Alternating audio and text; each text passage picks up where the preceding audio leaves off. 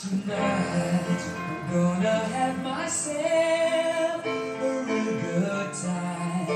I feel alive, and the world I'm turning inside out. Yeah. I'm floating around in ecstasy, so don't stop me now.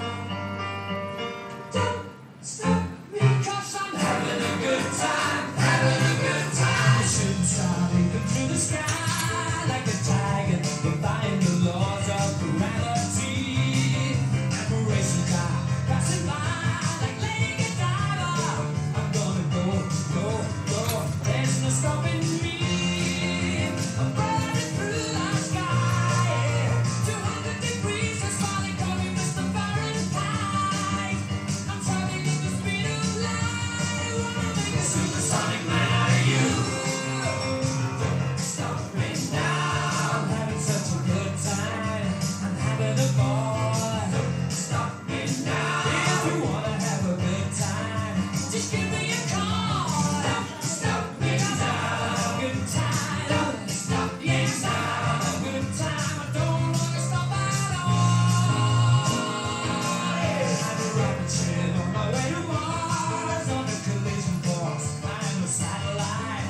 I'm out of control. I'm a sex machine ready to reload. Banging out a bomb about to explode. I'm burning through the sky. 200 degrees, that's why they call me Mr. Fahrenheit. I'm traveling at the speed of light. I wanna make a supersonic world of you. Don't stop me, don't stop me, don't stop me. Hey, hey, hey. Don't stop me, don't stop me. Ooh, ooh, ooh. Don't stop me, don't stop me. Good time, good time. Don't stop me, don't stop me.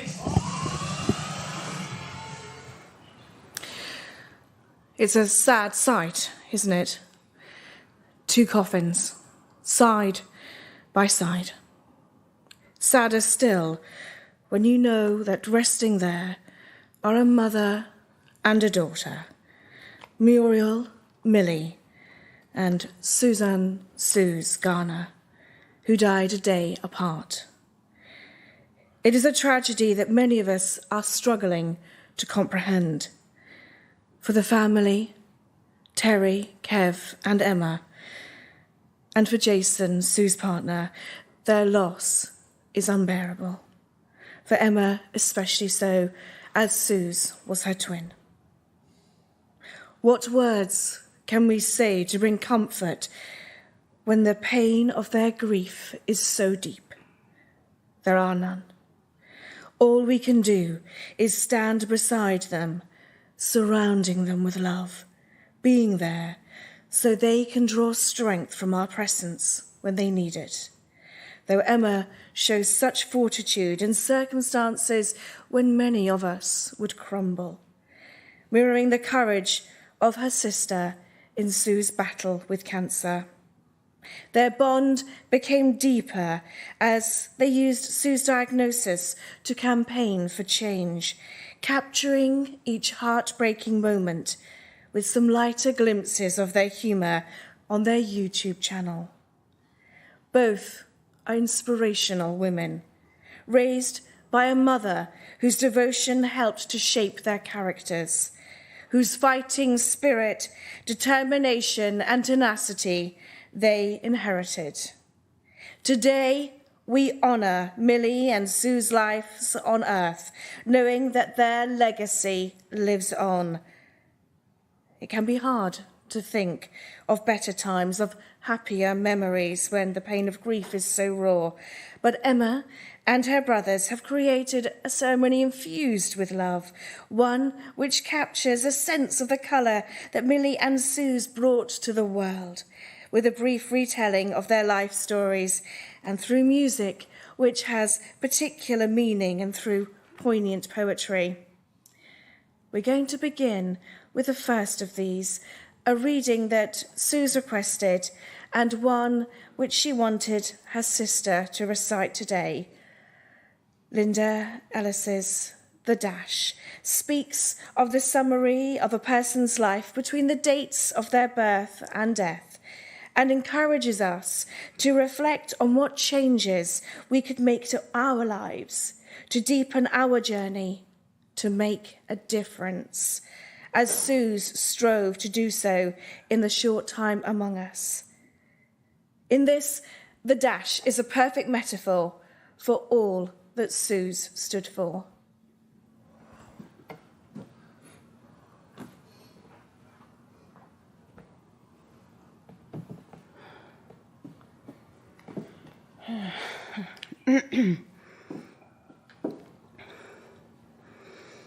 I read of a man who stood to speak at the funeral of a friend. He referred to the dates on the tombstone from the beginning to the end. He noted that first came the date of birth and spoke the following date with tears. But he said what mattered most of all was the dash between those years. For that dash represents all the time that they spent alive on earth, and now only those who loved them know what that little line is worth. For it matters not how much we own, the cars, the house, the cash. What matters is how we live and love, and how we spend our dash. So think about this long and hard, are there things you'd like to change? For you never know how much time is left that can still be rearranged. If we could just slow down enough to consider what's true and real, and always try to understand the way other people feel, and be less quick to anger, and show appreciation more, and love the people in our lives like we've never loved before. If we treat each other with respect and more often wear a smile, remembering that this special dash might only last a little while. So when your eulogy is being read, with your life's actions to rehash, would you be proud of the things they say about how you spent your dash?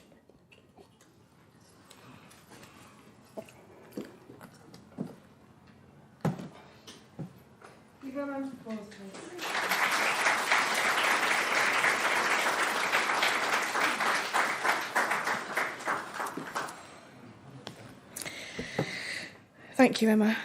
Such strength and such powerful words there. We're going to lead into highlights of Millie's life story with a song chosen by Val, who Millie always called her partner in crime, Sting's Fields of Gold.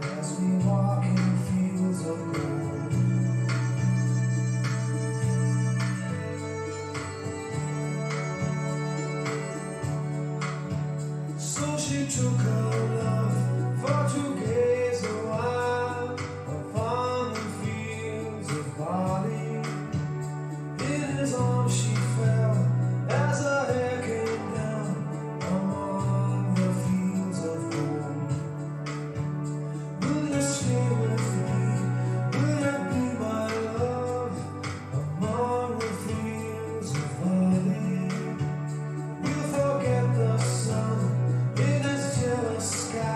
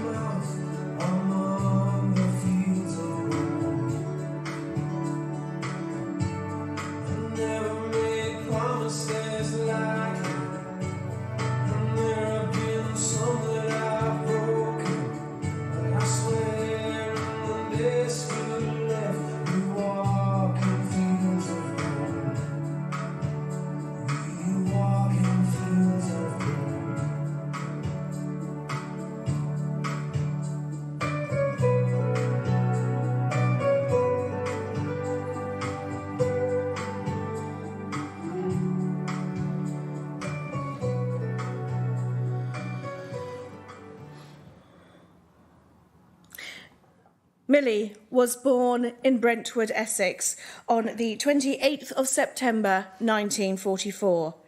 Together with her sister, the late Sylvie, Millie grew up in Brentford and enjoyed a good childhood despite the constraints of the economic recession of the 50s.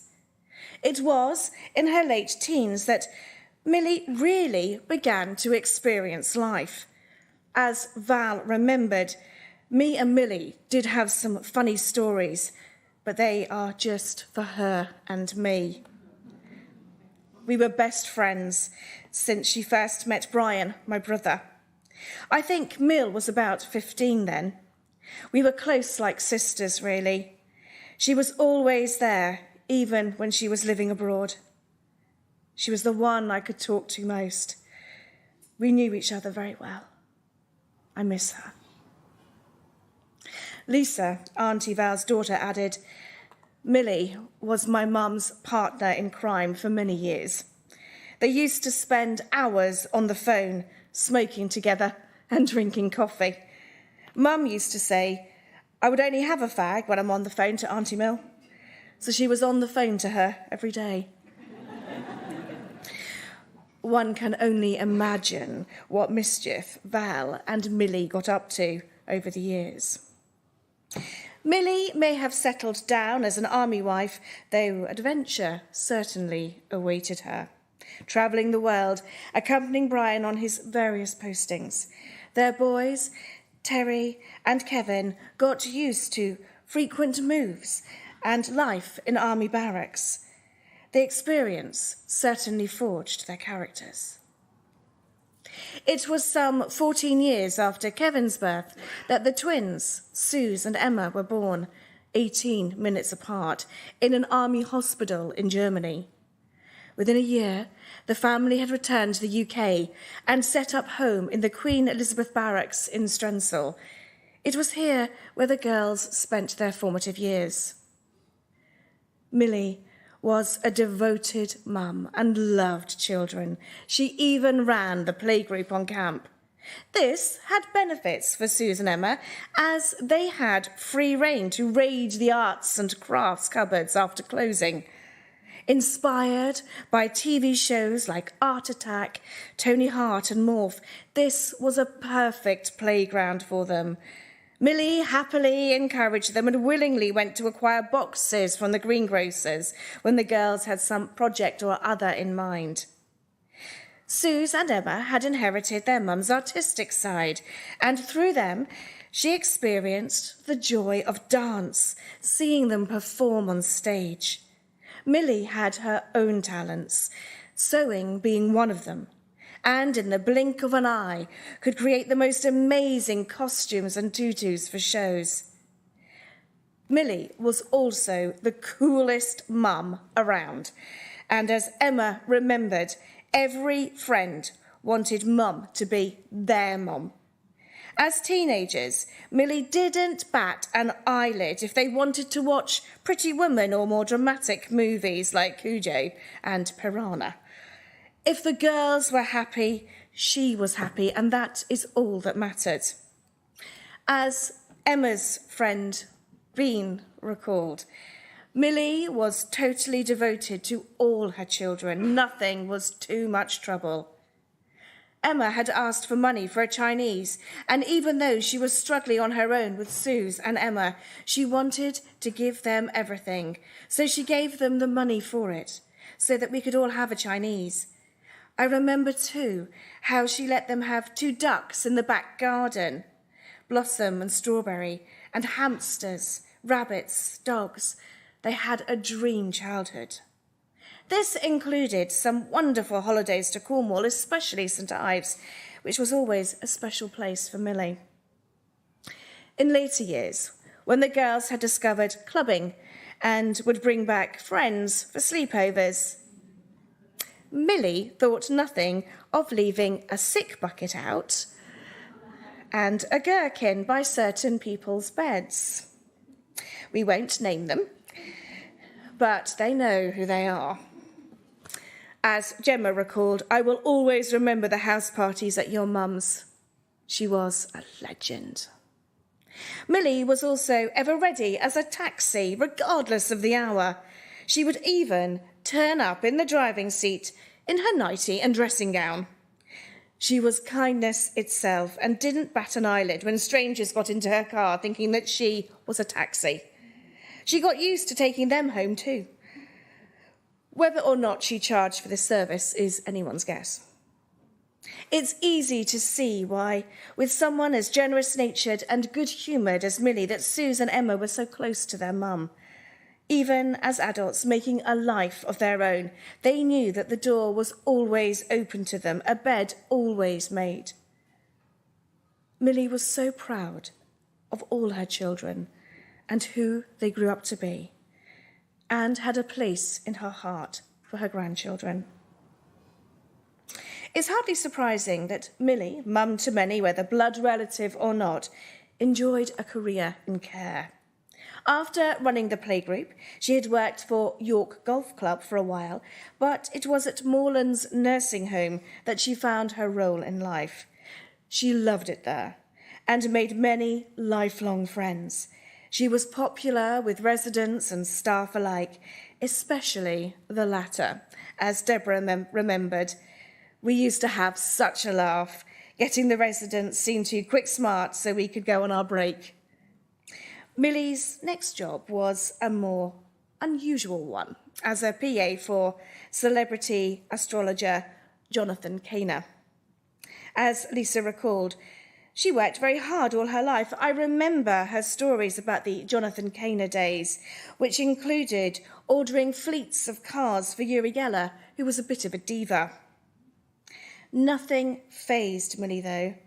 In Lisa's words, Millie had a sharp and wicked sense of humour and knew how to tell a dirty joke. This may well have kept her sane when dealing with the demands of showbiz personalities. Millie's final job was at Newborough Priory, assisting with the box office at events. By then, she was past the age when others were wearing slippers and taking it easy. Millie didn't do retirement. She was certainly a character. As so many have said, she was not only beautiful on the outside, but she was a gentle, kind, patient and loving beauty on the inside. She had great fortitude and resilience. Millie always thought of others. As Bean recalled, even the week before she died, she asked me to go and get chocolates for people who had helped her on the ward. It was a shock when Millie passed away. She had been in hospital for COPD, but no one had expected her to go. Perhaps it was the final act of a loving mum, knowing that her daughter Sooz was so desperately ill. Emma had arranged for Millie and Sooz to spend a moment together in hospital. In Emma's words, it was almost as if she had thought, I've seen Sooz now. I'm going to go and wait for her. Within a few days, Millie had gone. The day before her daughter died. It was a devastating time for the family. Emma's focus had been on being with Sooz, though she spent what time she could with her mum, not realising how ill her mum was. The boys were a tower of strength to Millie during those days. Terry was with her at the end, and as he posted online, "It is with great pain and heartache I announce that yesterday, 16th of May, 2024, I gave Mum my permission to go if she wanted to. And a minute later, she was at peace." Millie's final days had been spent with Auntie Phil and Sue visiting. She passed, surrounded by love, in the company of Terry. It was devastating for the family when Sue died the next day. What little comfort the family can draw from this time is that mother and daughter are reunited. Kev was devoted to his mum. From even as young as 3 years old, he said, I would never leave you, Mum, and years later, when he came out of the army, he stood true to his word and became her carer. As he posted online, there are many words unspoken that cause a tear to dim the eye, but the saddest word unspoken is the simple word, goodbye. I love you, Mum. I love you, Susie.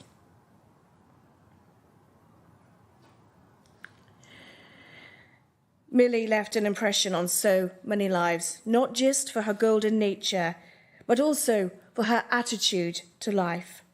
No matter what life threw at her, she carried on. Millie never let it get to her. But when it came to her loved ones, there was no holding her back. As Emma said, she was a tiny woman, but by God, she had strength, especially when it came to us.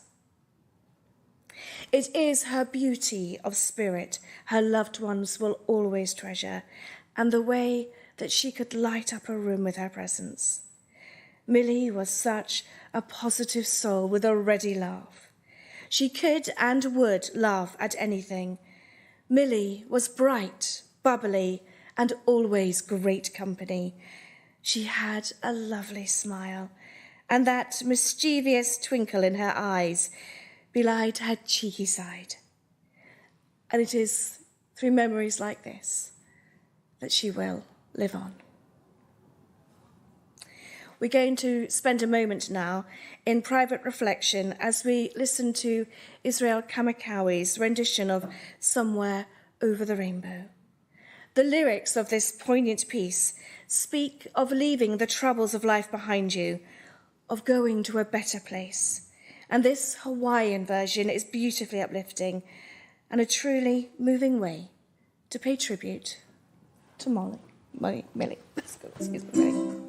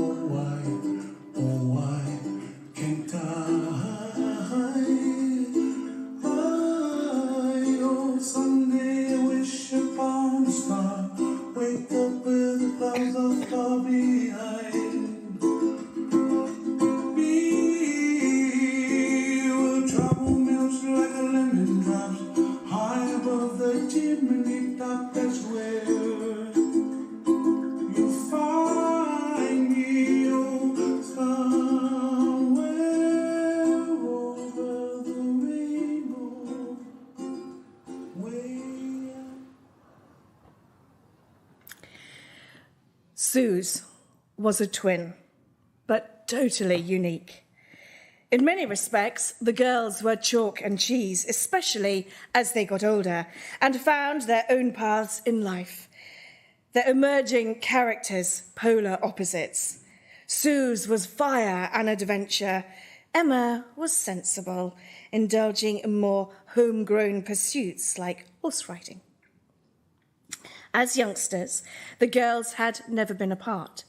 They'd been dressed the same, mirror images of each other down to the matching curly ribbons in their long blonde hair.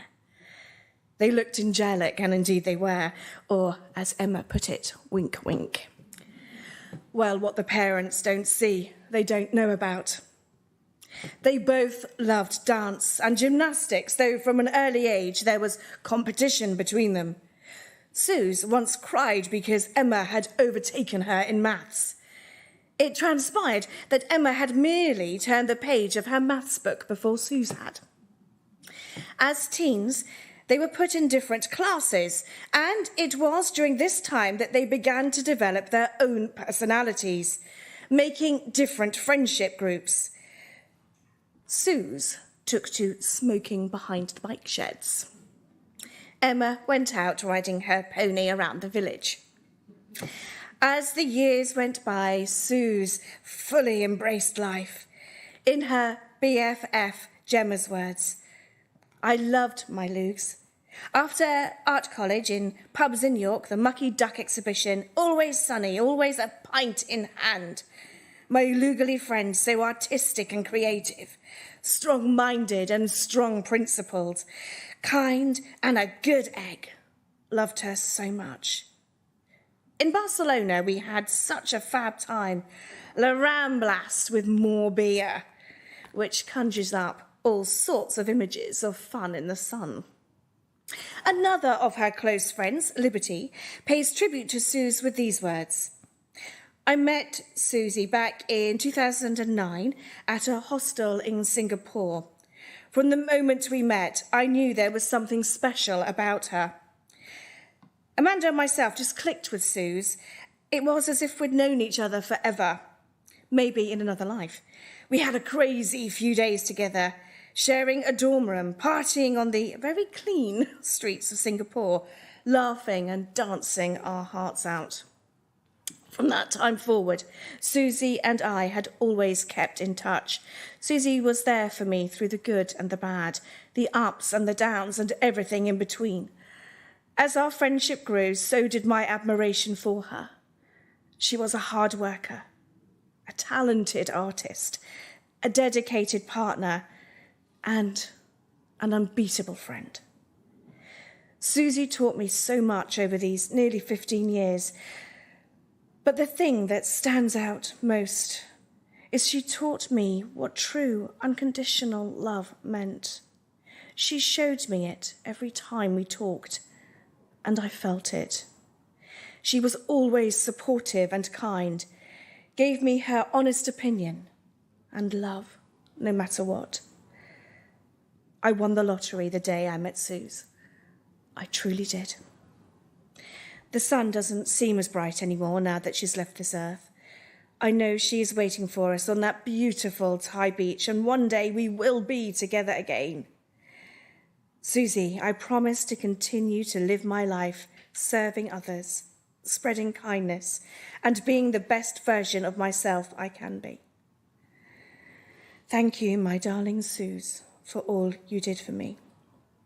Your friendship was my most treasured gift, and I am eternally grateful for the universe putting me in your path. Love you so much. Your darling Libs. Well, Sooz certainly made an impact wherever she went. She had many jobs over the years, from working in the army camp kitchens, a stint at the Six Bells, and alongside her sister at Minster Law. It was here that she met the Looney Coonies, Nikki and Rob.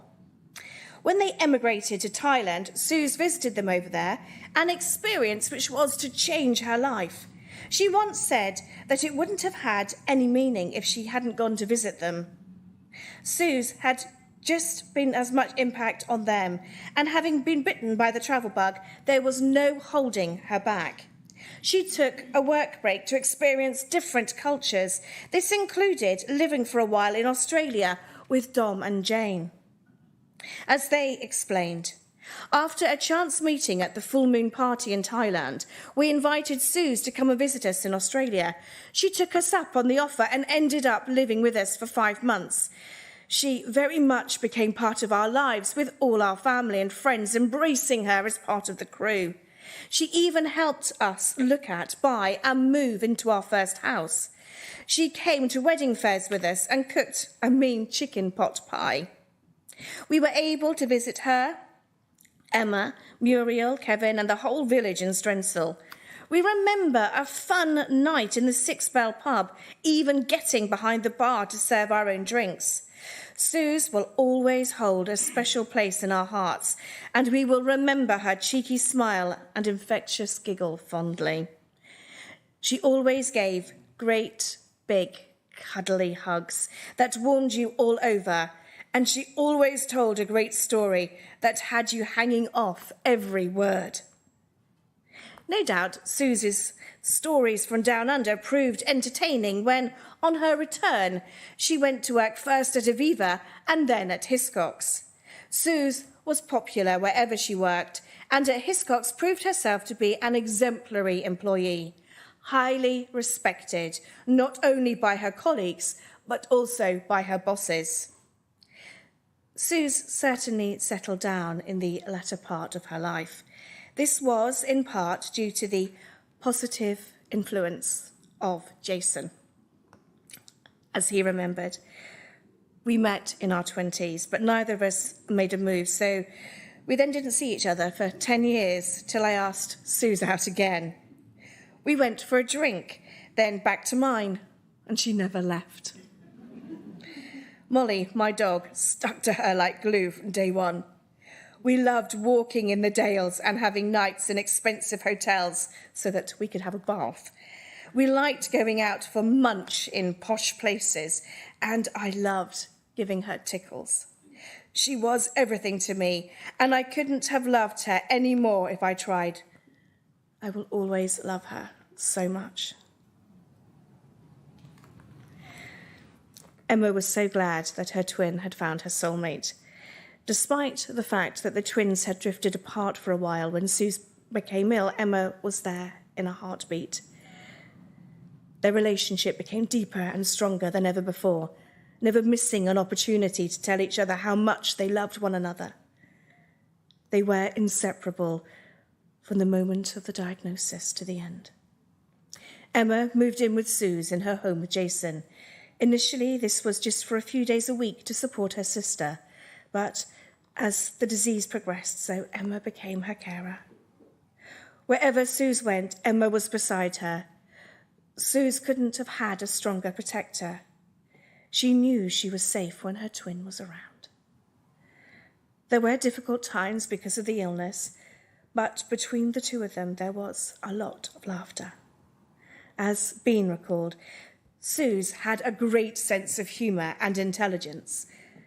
When we were at Emma's wedding, I asked her who she thought was funnier, and she said, herself, of course. She really was making everyone laugh at the table.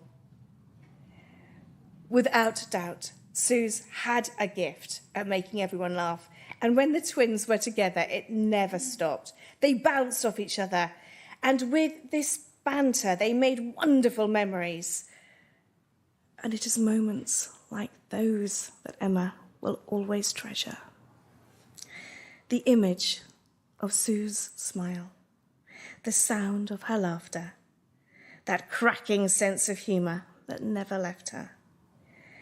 Yes, it may have been the Emma and Sooz show, but Sooz was the star, and Emma didn't mind a bit.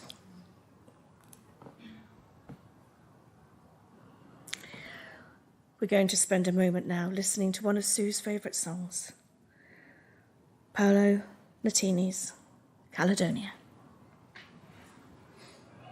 What is it, Tina called? Magic, magic.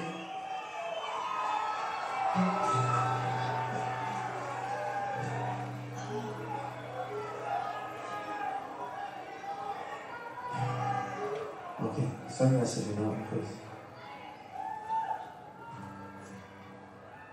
I don't know if you can see the changes I have come over me. These last few days I've been afraid that I might drift away. So I've been telling old stories, singing old songs. It makes me think of the way I came from, and that's the reason why I seem so far away today. Let me tell you that I love you, and that I think about you all the time. Caledonia, you're calling me, and now I'm going home. And if I should become a stranger, you know that it will make me more than sad. Caledonia, you're the best friend I've ever had. I have moved, and I've kept on moving, and I've proved the points that I needed proving, and I've lost the friends that I needed losing, and I've found others on the way. And I've kissed the lady, and left some crying, stolen dreams, oh there's no denying, and I've partied out with my coattails flying somewhere in the wind. Let me tell you that I love you, and that I think about you all the time. Caledonia, you're calling me, and now I'm going home. And if I should become a stranger, you know that it will make me more than sad. Caledonia, you're the best friend I've ever had.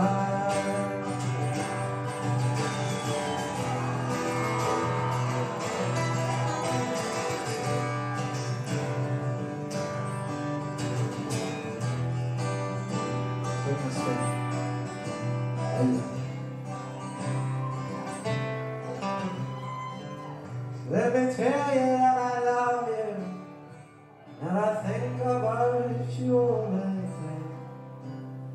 Caledonia, you're calling me, and now I'm going home. And if I should become a stranger, you know that it would make me more than sad. Caledonia, you're the best friend I've ever had.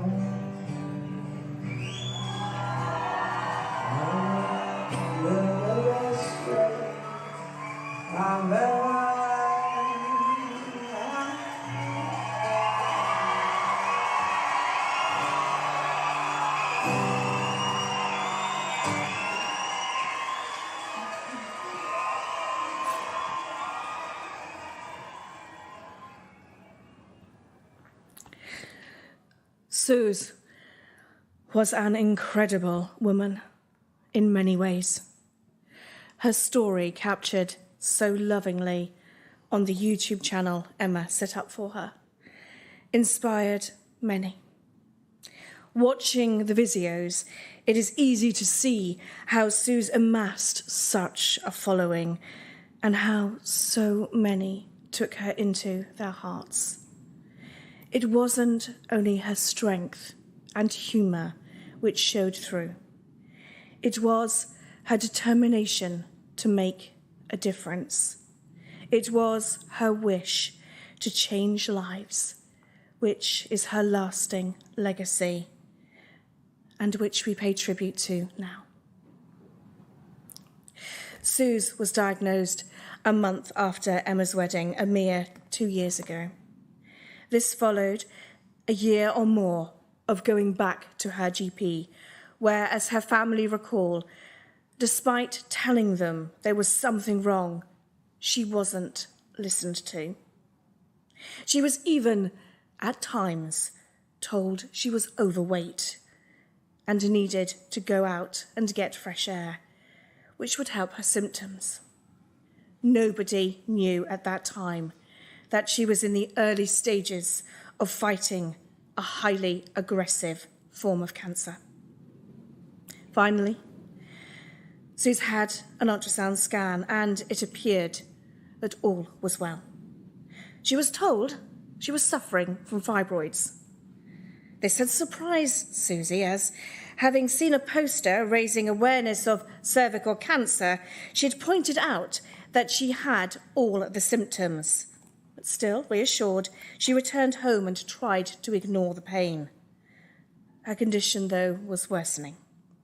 Finally, unable to stand it and growing increasingly concerned, she returned to her GP and asked if she had cervical cancer. The GP attempted to look at her cervix, but the cancer had taken such a hold it was impossible. By this time, it was too late for treatment. Sooz took the only action she could to make sense of what was happening, to find a meaning out of what she was going through. She determined never to let anyone suffer the same fate.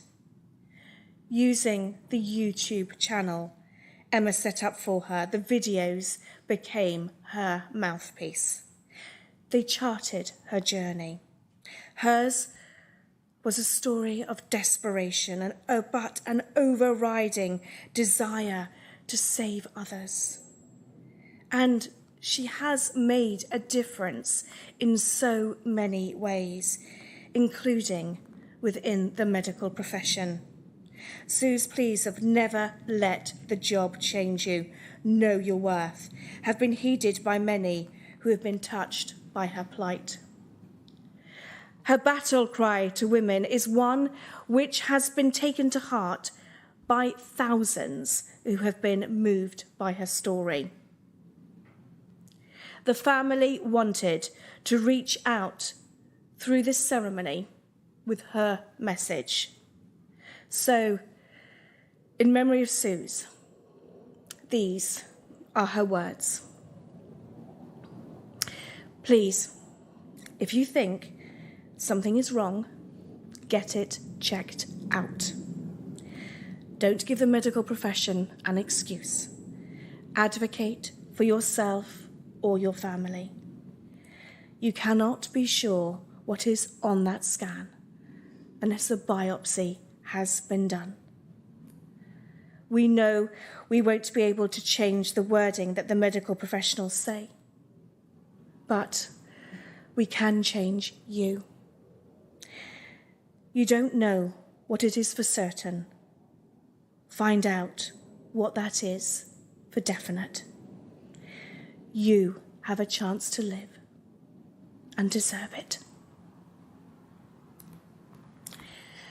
Emma will never stop fighting to get this message across, to ensure her twin's death is not in vain, to continue her legacy, to let everybody know you need to find the strength within yourself to fight for yourself and not listen to what other people think of you, to believe in yourself. For Emma, this is her own way of paying tribute to her beloved sister. Most importantly, she draws strength that her mum and sister are still with her, their love guiding her on. From an early age, Sooz and Emma never said goodbye to one another. It was always, love you, see you soon. For their mum, it was, love you, see you later. Emma knows that her sister and mum are always there, for love never dies. Love knows no distance in this world or the next. In Emma's words, love always wins, because it never leaves you. In a poignant act, Emma has chosen for us all to listen to the song which was played as Sooz passed away.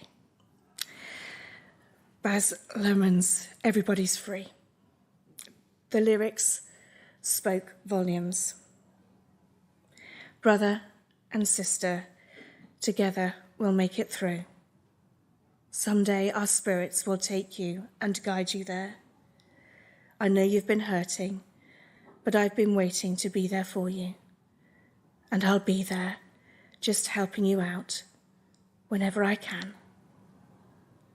For Emma, this was no coincidence. It was Susie's parting message, not only to reassure her brothers and twin, but because it was her mantra, a song to live your life by. And what better epitaph for Sooz could there be than that? Ladies and gentlemen of the class of 2007, wear sunscreen. If I could offer you only one tip for the future, sunscreen would be it.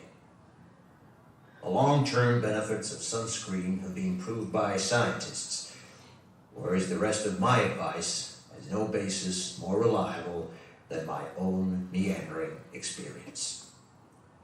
I will dispense this advice now. Enjoy the power and beauty of your youth. Well, never mind. You will not understand the power and beauty of your youth until they fade. But trust me, in 20 years, you'll look back at photos of yourself and recall in a way you can't grasp now how much possibility lay before you and how fabulous you really looked. You are not as fat as you imagine. Don't worry about the future, or worry, but know that worrying is as effective as trying to solve an algebra equation by chewing bubblegum.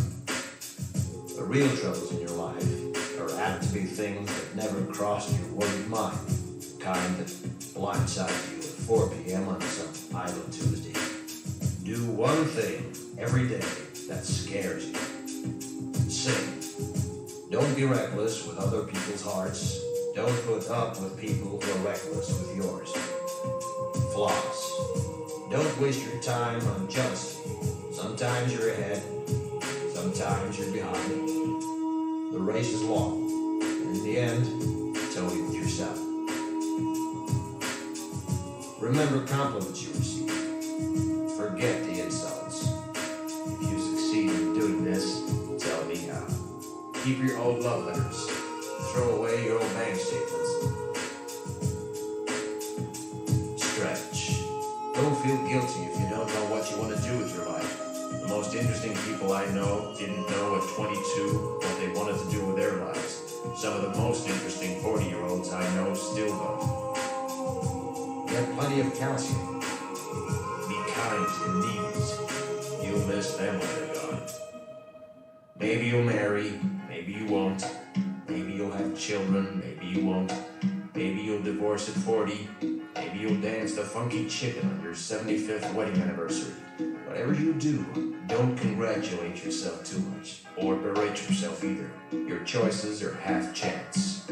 So are everybody else's. Enjoy your body. Use it every way you can. Don't be afraid of it or what other people think of it. It's the greatest instrument you'll ever own. Dance. Even if you have nowhere to do it but in your own living room. Read the directions, even if you don't follow them. Do not read beauty magazines. They will only make you feel ugly. Brother and sister together will make it through. Someday our spirit will take you and guide you there. I know you've been hurting, but I've been waiting to be there for you. And I'll be there just helping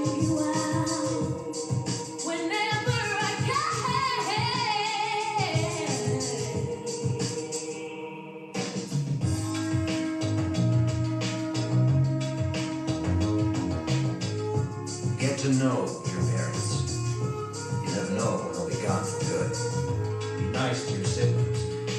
They're your best link to your past, and most likely to stick with you in the future. Understand that friends come and go, but when a precious few, you should hold on. Work hard to bridge the gaps in geography and lifestyle, because the older you get, the more you need the people you knew when you were young. Live in New York City once, but leave before it makes you hard. Live in Northern California once, but leave before it makes you soft. Travel. Accept certain inalienable truths. Prices will rise, politicians will philander, you too will get old. And when you do, you'll fantasize that when you were young, prices were reasonable, politicians were noble, and children respected their elders. Respect your elders. Don't expect anyone else to support you. Maybe you have a trust fund, maybe you'll have a wealthy spouse. But you never know when either one might run out. Don't mess too much with your hair, or by the time you're 40, it will look 85. Be careful whose advice you buy, but be patient with those who supply it. Advice is a form of nostalgia. Dispensing it is a way of fishing the past from the disposal, wiping it off, painting over the ugly parts, and recycling it for more than it's worth. But trust me, I'm the sunscreen.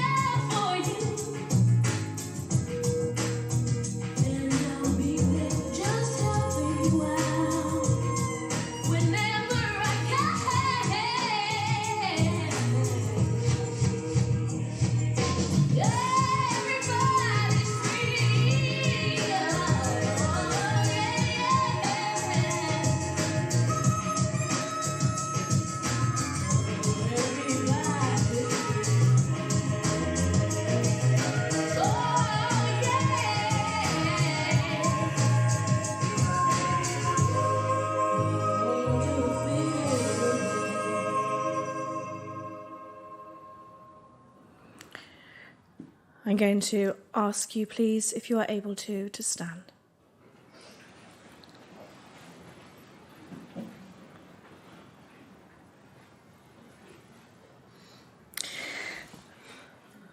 We now come to the part of the ceremony where we have to let Millie and Sooz go. But we do not say goodbye. The influence they had on our lives remains. The things that made Millie and Sooz whole, their very being, that is still with you, and like a photograph is a reminder of the times you spent with them. Take comfort that the true Millie and Sooz, that which made them who they were, like the air, is all around you, and always will be. On behalf of Millie and Sooz's loved ones, we say to them, thank you for enriching our lives just by being you, for making each day alongside you count, for bringing love, joy, and a sense of fun into our lives. We will never forget you. The memory of you will continue to inspire us, and in doing so, your legacy will be kept alive. Rest in peace now, knowing that our love goes with you. This is not goodbye. It is until we meet again.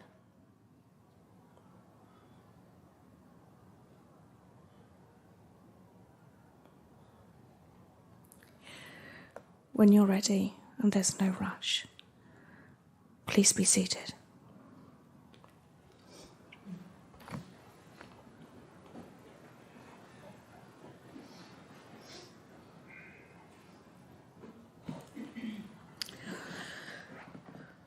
A lost loved one can't be replaced.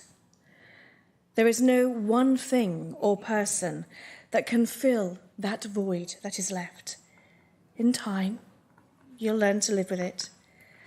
That's all you can do. But no matter what, regardless of the time that goes by, you still love them.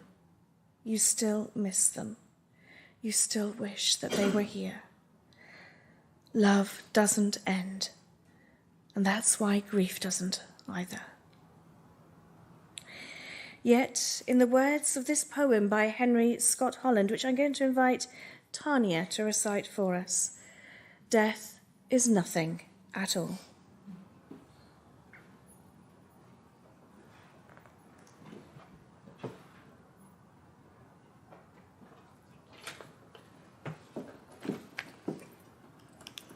Death is nothing at all. It does not count. I've only slipped away into the next room. Nothing has happened. Everything remains exactly as it was. I am I, and you are you. And the old life that we lived together so fondly is untouched, unchanged.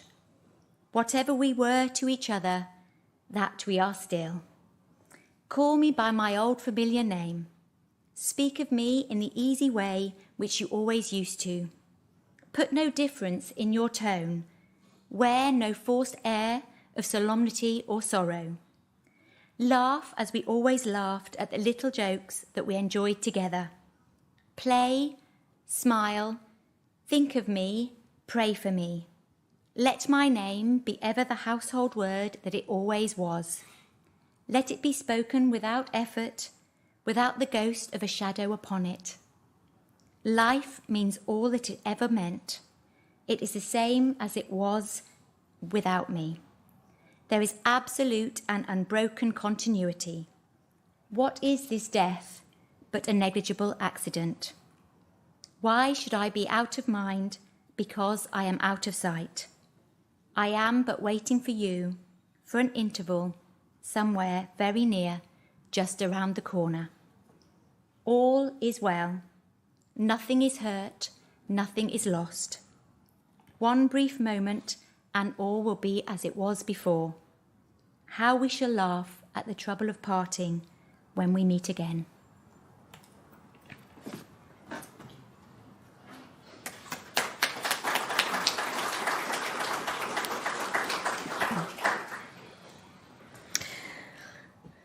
Millie and Sooz loved you so much that they wouldn't wish you to mourn them for long. They would want you to remember the joy of those precious times that you shared. They would understand tears, but they would want you to smile if you can when you remember them. So picture Millie and Sooz somewhere which brought them pleasure and which will hopefully bring you a bit of comfort when you think of them there. As so many people have said, this would be on a beach in Thailand.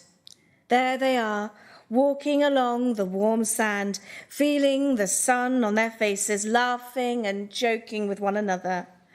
They are happy, and that is where we will leave them. The family wish to thank you for being here today, for remembering Millie and Sooz with them, and for paying your last respects to them both. If you wish to make a donation in their memory, there is a collection box outside the chapel door as you leave. Monies raised will be gifted to 2 charities which have been so supportive to the family, in particular to Purple Heart Wishes, who helped Sooz with distraction activities and who have continued to be beside the family since she died.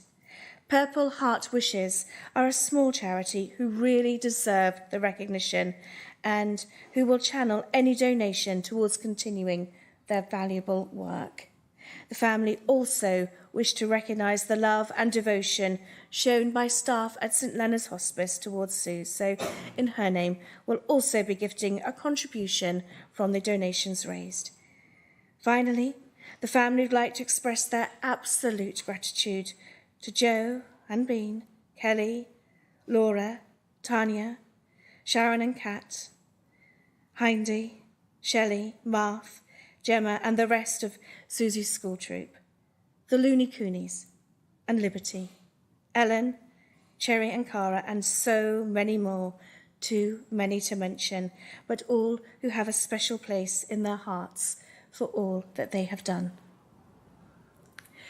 We're going to end the ceremony with a piece of music that often closed the YouTube videos, Justin Lee's Come Away With Me. This will be played through twice. I'd ask you please to remain seated until the song is repeated. The family then invite you as you leave to place flowers on Millie and Sooz. They will remain within the chapel as the final piece of music plays to spend a private moment beside Millie and Sooz, and they'll meet you outside shortly afterwards. Thank you.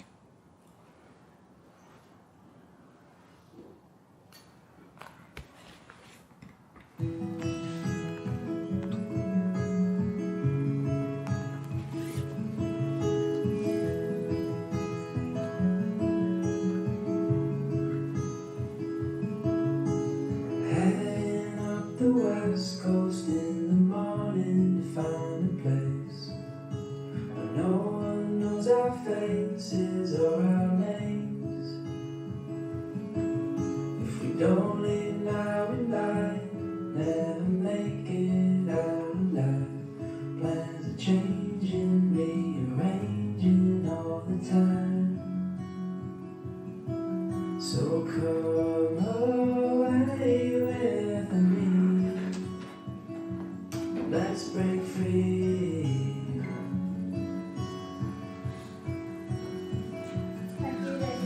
We can fall asleep where the land and ocean meet. Wake up to the sounds of no one around. And when the sun comes up, the globe will show us where we need to go. All this waiting, so frustrating, let's just try. So come away with me. Let's break free. Just you and me. Oh,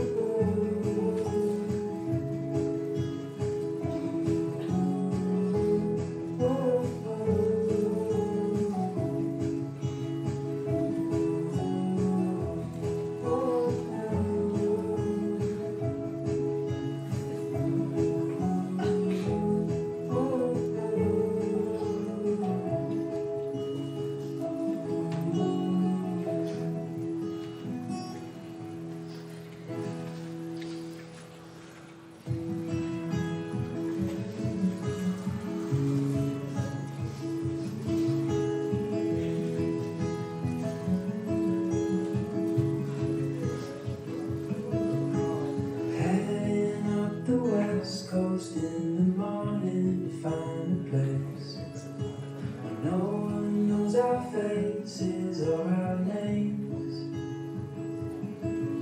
If we don't leave now, we might never make it out alive. Plans are changing, rearranging all the time.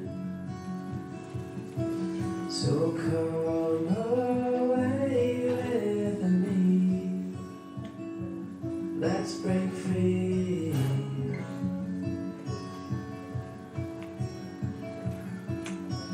We could fall asleep where the land and ocean meet. Wake up to the sounds of no one around. And when the sun comes up, the globe will show us where we need to go. All this waiting, so frustrating, let's just try. So come away with me. Let's break free. Just you and me.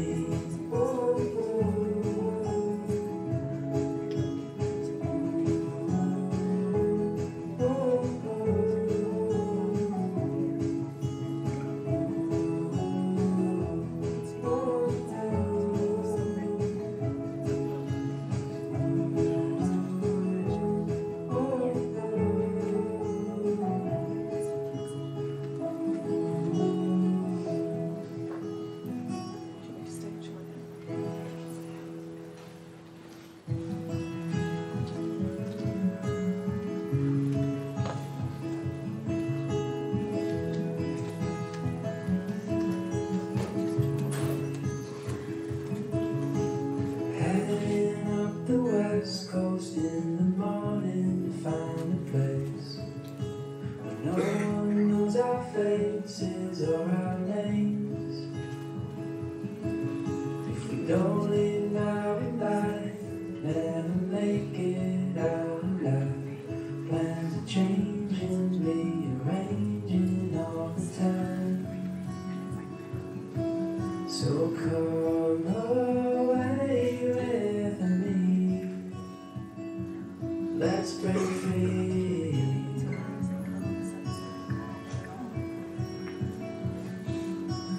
We could fall asleep where the land and ocean meet.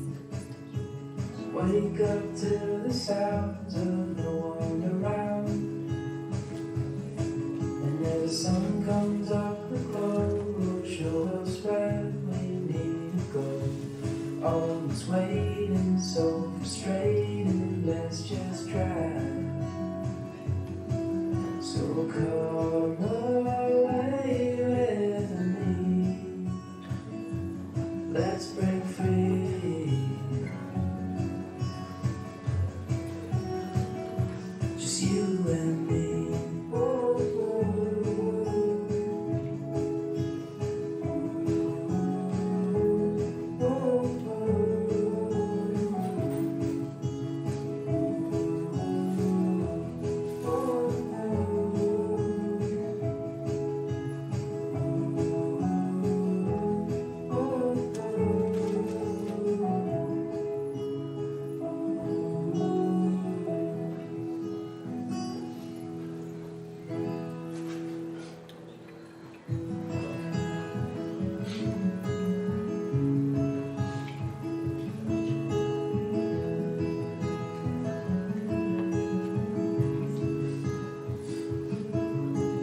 Heading up the west coast in the morning to find a place where no one knows our faces or our names.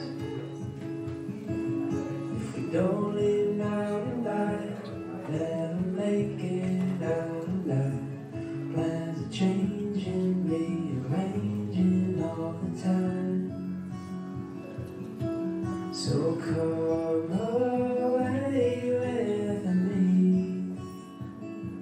Let's break free.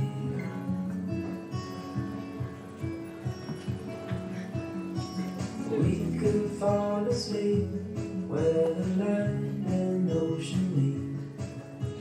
Wake up to the sounds of no one around. And as the sun comes up, the glow will show us where we need to go. All this waiting, so frustrating, let's just try. So come away with me. Let's break